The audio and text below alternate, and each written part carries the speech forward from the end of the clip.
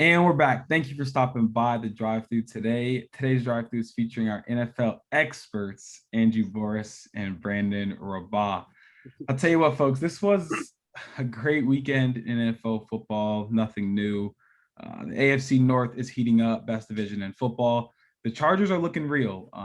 They're looking real. It's raining wins in Arizona. Kyler Murray's leading those guys great, winning every single week. It seems like only undefeated team left in the league. And is it time to panic in New England? You know, with another loss to Tom Brady, even though it is the GOAT, might be time to panic. But so many things going on. But our first stop is definitely the AFC North. Brandon, you want to give us a quick rundown of the weekend in the AFC North?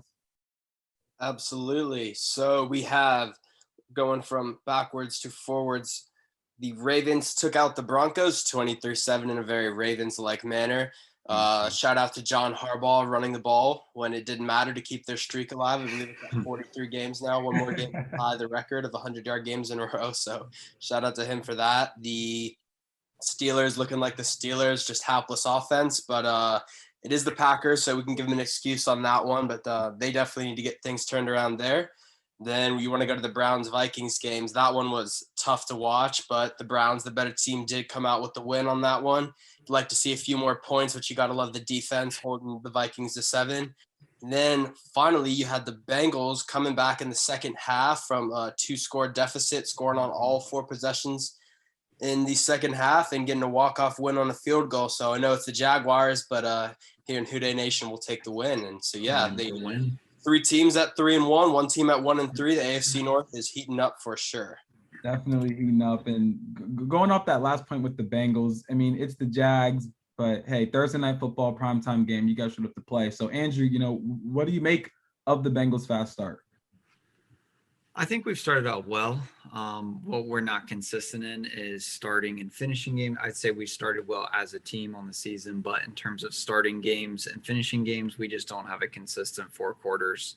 If we were to keep those consistent drives working down the field, finishing drives in the red zone, and just avoiding costly penalties with the O-line, we definitely prevent some of the times when we're in closer games and we need to be. Good example would probably be the Vikings game. Right. You know, that game, we probably should have kept the 2-touchdown lead early. Looking at the Bears game, you know, we definitely could have held in there. I didn't expect us, you know, to lose by 3. At one point, we were down, I think it was 17. That was a good game. You know, that was right. You know, yeah. Well, that's what I'm saying. If we play those games, like if we play the third and fourth quarter, like we did last week, the same way we played the first and second quarter against. Actually, I don't think we've had a good first half in any game. It's all been second half comebacks and field goal wins. Half was all right. Yeah, Steelers game, yeah. So if we start out like that and we can finish a game, like I feel like we can compete with about every team. Our defense, PPF, like it's all there. So. And for everybody listening, obviously Andrew and Brandon are both Bengals fans. And Brandon, how are you feeling about the fast start? You know, any greedy fan would have loved to get 4-0, especially with how the Bears are looking. That would have been incredible. But I have to say, any Bengals fan would have taken a 3-1 start if you had said that before the season. No arguing that. Like Andrew made a lot of good points. Not the most consistent, but a lot of times when it mattered most, it's whether defense forcing a turnover in overtime against Minnesota, our rookie kicker making 2 game-winning field goals, second half of Jacksonville, the defense in the entire Steelers game. Doesn't matter. We've had units step up. It's got us to 3-1, and the Bengals are going to be a team that's not going to be laughed at anymore. It's going to get some respect and actually compete for the playoffs. I mean, these are the games you got to win. It was easy beginning of the schedule, and excited to see this Packers game this weekend. It's going to be a real litmus test to see where this team's actually at. It's the first real good team that we've played, and you know, I don't think they need to win by any means. They're in a good spot, but you'd like to see a nice competitive game where they play a complete, good, consistent 4 quarters. Like Andrew said, you can show us good 4 quarters, and this team's definitely trending in the right direction. I definitely agree. I'm excited to watch that. What are you saying, Andrew? I'll say I was down there on Thursday, the stadium, dude. It's not been like that. I saw like a side-by-side. It was like 2019 Cincinnati Bengals game versus like 2021 Cincinnati Bengals game. It's like insane, like sold out fireworks, like under the lights, running out, dude. It's crazy. It's like, it's exciting. You know? Definitely a good feeling, especially when you have that guy at QB. You guys seem like you guys are all pretty confident. Everybody's a Joey B type of guy. Best Dude, quarterback in the Yeah, just put it in his AFC North. hands. Just put it in his hands. Just put it in his hands. Yes. Just put it in his hands. But obviously, jumping shit really quick. The best QB in the division, obviously, is Baker Mayfield with the Browns, off to a great 3-1 start over the Vikings. No. And just real quick, my 2 cents on that. Obviously, real quick, the Bengals. I think you guys look great. Excited for that November 7th showdown. I'll be there. But the Browns, I think we look great. I think it's a great sign that our QB played his worst game ever, and we still won. You know what I mean? Like, the more I think about that, I'm like, all right, we still won the game. A formidable opponent against the Vikings, held their offense to just 7 points. I mean, I'm feeling pretty good. I'm not feeling good in our QB as much, but an overall team, I'm definitely feeling confident going forward. Just wanted to put that out there for y'all, so y'all know we still here. I will say you can't deny how good that Browns roster is, whether or not you believe roster's legit. If you get good Baker, you get an above average playing Baker, this team can go real far. That's light off. Yeah. Yeah, definitely agree. It's mutual respect. It's all mutual respect, If it's Browns, Bengals at top and Ravens, Steelers at bottom, like, I think everyone wins. Everybody wins. Win-win for everyone in the Everybody NFL. wins. Yeah, I definitely think Brownies fans, they've had a lot of tough years, as have the Bengals. So when y'all are winning, as long as y'all aren't getting too arrogant with it, I can respect it. Right. Yeah, I mean, I definitely see the Ravens definitely going to still compete aside for those games this year. And then for the Steelers, you guys think they should move on from Big Ben? Is it time? I feel like if they benched him now, it'd kind of be like they're giving up the season. What y'all thinking? Go ahead, Andrew. I mean, I think he's got to go, but I think it needs to be mutual ground. And I think they need to play Dwayne Haskins, because Dwayne Haskins still has that, potential to be the quarterback. Rudolph, he doesn't have that factor. I feel like that will make him a successful franchise quarterback, but Dwayne Haskins has an opportunity to prove something. I do feel like at this point, my opinion is they don't have anything to lose at this point. Like, they're not going to win with Big Ben. You might as well let Dwayne Haskins or let Mason Rudolph actually play. Who cares? But you got to try something else at this point. You can't go. They go 1-4 against the Broncos. Yeah. Something's changing. Something's changing. Yeah, that will be rough. Yeah, but that's me. I'd have to follow up on that point. I mean, thing is, they're kind of stuck with Big Ben at this point. He renegotiated his contract to be here this year, and they decided to run that back. And so 40-year-old Big Ben, you have to just think they're going to let him go through the season out of respect for what he's done for the franchise. But man, he does not have it right now. That's for sure. No way, like Andrew said, it could get worse if you put in. Maybe it got worse if you put in Rudolph, but I don't think Haskins could at least do what Ben's doing right now. So yeah, I know the Steelers fans are not a patient group. You have to think that they get that 1-4 start. I think you're hit the nail in the coffin there, Andrew. You get that 1-4 start, something's got to change. And yeah, I don't know. I mean, we won't go deep into schematics, but if Ben's going to stay, they either need to start hitting the deep balls so that it opens up the run game, or he's going to have to be lights out with that short passing game. This man is just dinking and dunking, and it is not working right now. And then also on top of that, there aren't even really any solidified number 1 QBs in this college class that I can think of, unless I haven't really been watching it, but I have not really seen that guy. I mean, I don't even think Bryce Young can come out yet, so he'd be the only guy I could think of that would be really playing well. So they think about that as well. They can tank. There's not tank. Steelers don't tank, but even if they're bad, they don't have that QB they can get in the draft. So maybe they can. I've heard they might try and get Aaron Rodgers, but let's not put that out there. We don't need them. That'd be disgusting. We don't need him in the AFC North. All right. So obviously, like we said, a lot of great games in the whole NFL, not just the AFC North. So let's do a quick rundown of our winners and losers of Week 4. Andrew, go ahead and break it down for us. I would say one of the bigger winners would be the Arizona Cardinals. Being able to prove themselves as an undefeated team on the road, right? Were they on the road? Yeah. On the road win. I mean, starting 4-0, I think that's huge. I think the Chargers have also solidified themselves as a super, strong AFC team and a contender, what we saw the Bills do a couple years ago. I think that's something that the Chargers can do. A couple losers from this week. I say this with love, Nick. I think the Browns, they win the game, but they lose the outcome. You got to be winning games more than, 14. What was it? 14-7? 14-7 defense against the Vikings. I mean, it's a win's a win. That's what I'm saying. But it's like we all have said, we expect better. So that's not a true win for us. And I would say the same thing about the Bengals playing in overtime and stuff. They're not the best wins, but win's a win. So those are just a couple of mine. I can respect that. And then Brandon, how about you? Who are our winners and losers of week 4? Yeah, so I think Andrew is pretty spot on with the Chargers and Cardinals both looking real strong coming out the gate. Very impressive young quarterback play, good young rosters. Cardinals actually have some good vets.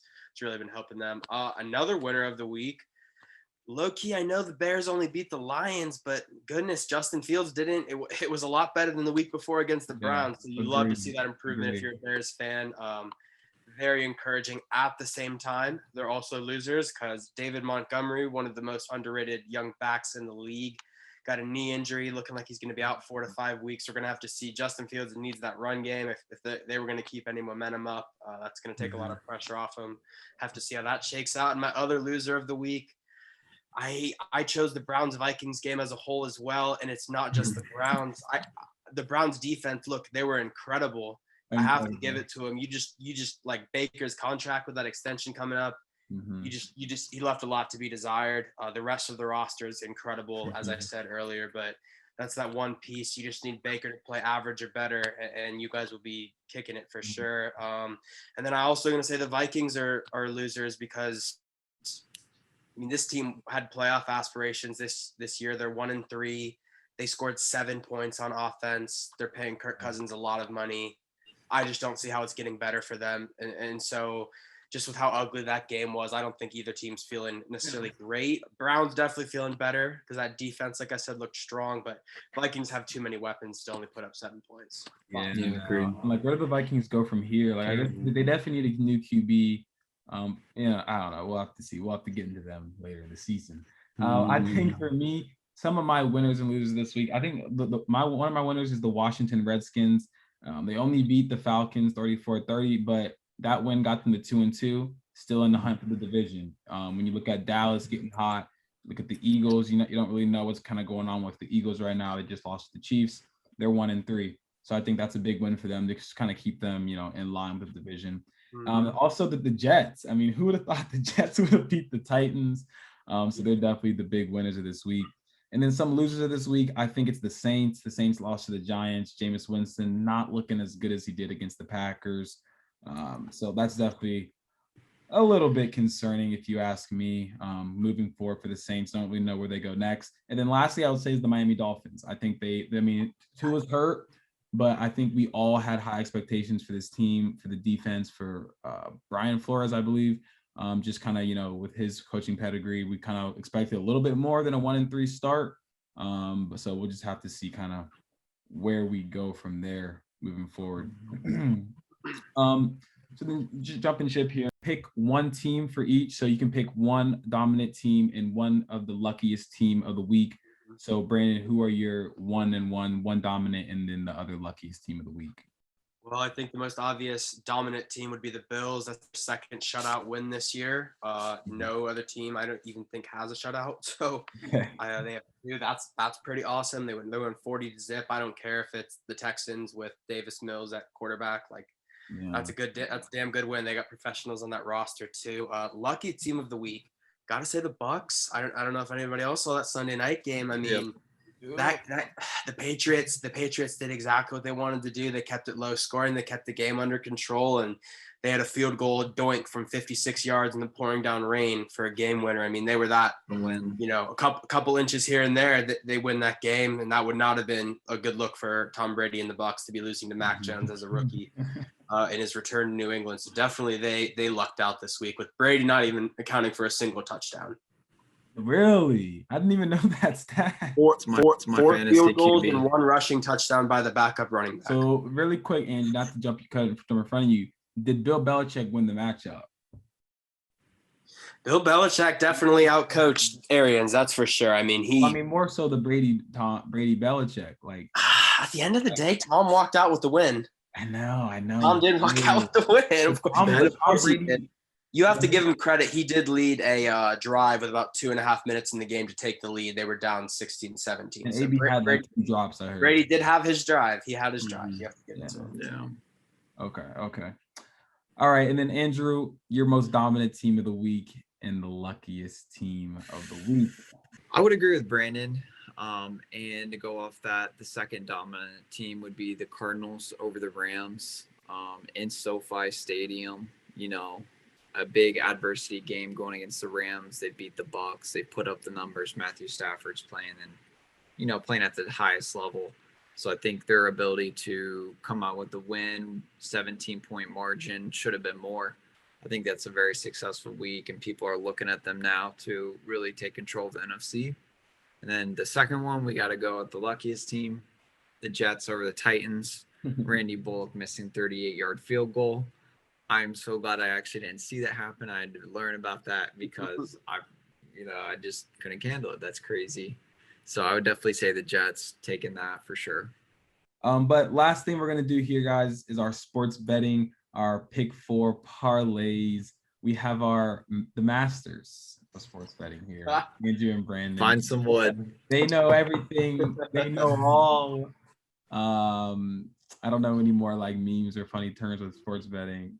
But Andrew, go ahead and take it away. What are our picks for this week? Where are our locks? That's what I was trying to say. Where are our locks? Where are we making our money this week? All right. So this week's got a lot of ugly games. Brandon was right, and a lot of good spreads. So my 4 that I'm going with, I'm gonna lock in. I'm going Bills to cover +3 against the Chiefs. I'm going Green Bay Packers at Bengals over 50.5 points.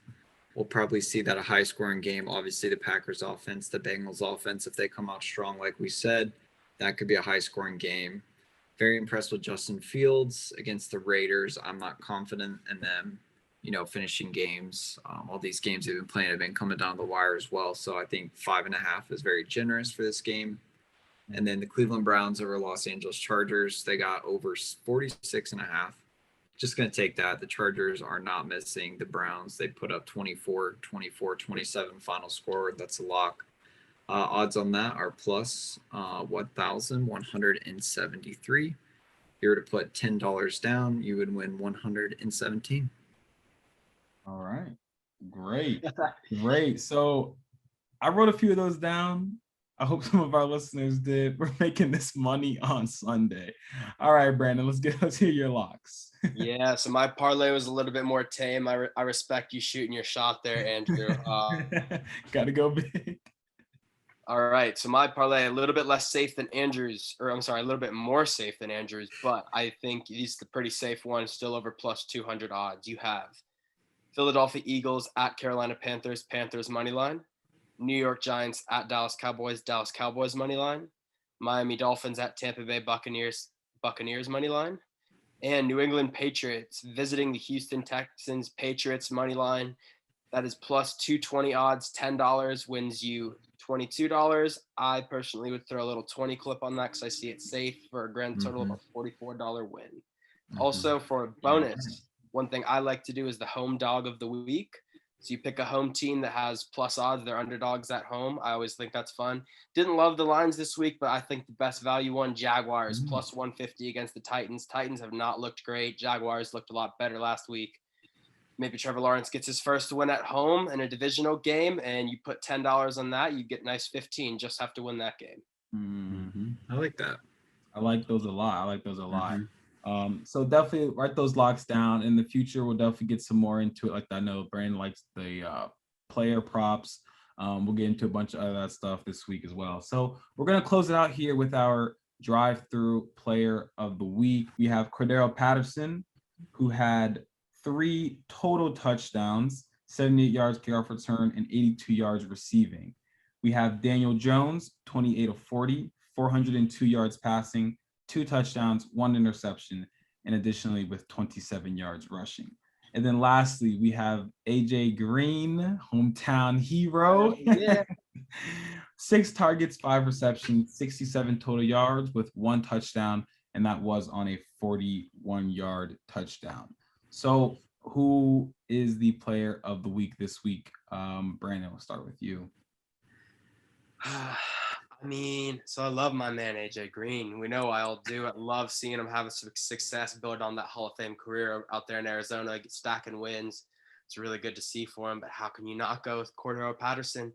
I mean, Nick, I think you said this man had what, almost 200, just under 200 all-purpose yards, 3 touchdowns. Yep. 194. Only reason the Falcons were in that game, and he is the ultimate gadget player. I mean, any team would be lucky to have him. Cordero Patterson, definitely my player of the week. All righty, Andrew, let's hear from you. I can't disagree at all with that. I mean, yeah, pretty straightforward. So, it is pretty straight, especially when you Cordell Patterson. I will 3 touchdowns. Like AJ Green his respect, though. I will say I think we are about to see some good things from AJ Green again. That as a Bengals fan, I want to see. I'm happy that his career has revamped and he's getting those touchdowns again and reaching those numbers. So I'm excited to see what AJ Green does in the future. What were you thinking? All right, perfect. I was saying with y'all, man, Cordell Patterson is our drive-through player of the week. AJ Green is our honorable mention. He had a nice play. Hopefully he can keep this going. Maybe in the future, he can be the drive-through player of the week, but everybody can't get it, Everybody can't get it. Only be one. All right, y'all. We got 2.5 minutes here. We are going to wrap it up with a quick AFC North score predictions.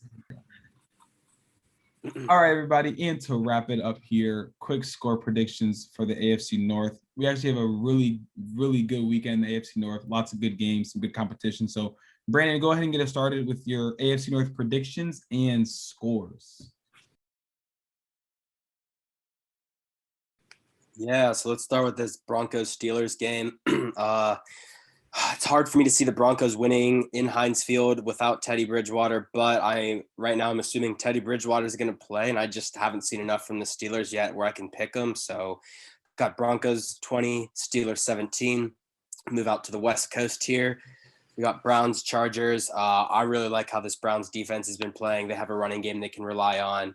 I like Baker to bounce back and have a better game than last week. And I like the Browns to edge out the Chargers on the road 27-23. We'll move on to the Packers versus Bengals. Love how my Bengals have been playing lately. Have all the faith in the world in Joe Burrow. I think they can get this done, but until I see some proof in the pudding, I just can't pick them against Aaron Rodgers and the Packers. So I got Packers 30, Bengals 24. And then on to Monday Night Football. Ravens here, they are starting to round into form. Haven't been winning pretty, but it's the Ravens. They seem to find a way, and I'm not going to bet against Lamar Jackson if it's Carson Wentz on the other side. So I got the Ravens in a rather convincing win, 31-21, Ravens over Colts. All right, 31-21. So we got that. I like that as well. I definitely – every time I think Lamar's not going to do it, he does it. Like last week I checked the score of the Broncos game. They're up big. I'm like, of course they are. It's Lamar Jackson. Yep. So, Brandon, great predictions. Andrew, let's go ahead and get your rundown of our AFC North predictions. All right. I'm taking the Pittsburgh Steelers over the Denver Broncos. Sorry there. I think they have a big bounce back week. Najee Harris, he's on my fantasy team, so I'll be cheering him on. Final score 21-20, tight one. Okay. Browns Chargers. I'm taking the Browns. I think it's going to be a great game, and I think it's a bounce back for Baker Mayfield. I think they connect. Passing better. Nick Chubb's going to make some open plays, and we see a really good week there for the Browns. The Ravens and Colts. Once again, I think the Ravens, they're going to have a big win here at home Monday Night Football. It's going to be electric. Lamar Jackson's going to go for who knows how many yards rushing and passing, and I think they're going to get that 41st 100-yard game, so that's exciting. Okay. And then just like Brandon said, love my Bengals, Houday Nation, but I'm going to have to take the Packers 28-24 or 28-24 Packers. What were those score predictions you had for the Browns, Chargers, and the Browns, Chargers, and Ravens, Colts score predictions? So off the top of your head, rip them off. Rip them off. What you got? I'm gonna go Browns 34, Chargers 31, Okay. and I'm gonna take Ravens 21, Colts 10. Okay. I can see that. I like that. All right. And for me, I am gonna have to go with Broncos Steelers. Definitely going with the Broncos. I just can't see the Steelers getting that dub in that game. I'm gonna go 17-10. 17-10 Broncos, low scoring game. Neither of them can score. Next we got Browns and the Chargers.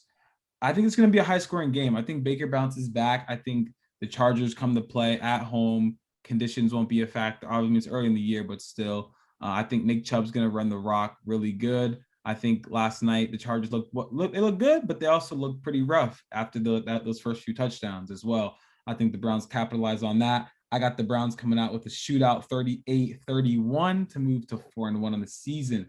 Next, we have the Ravens and the Colts.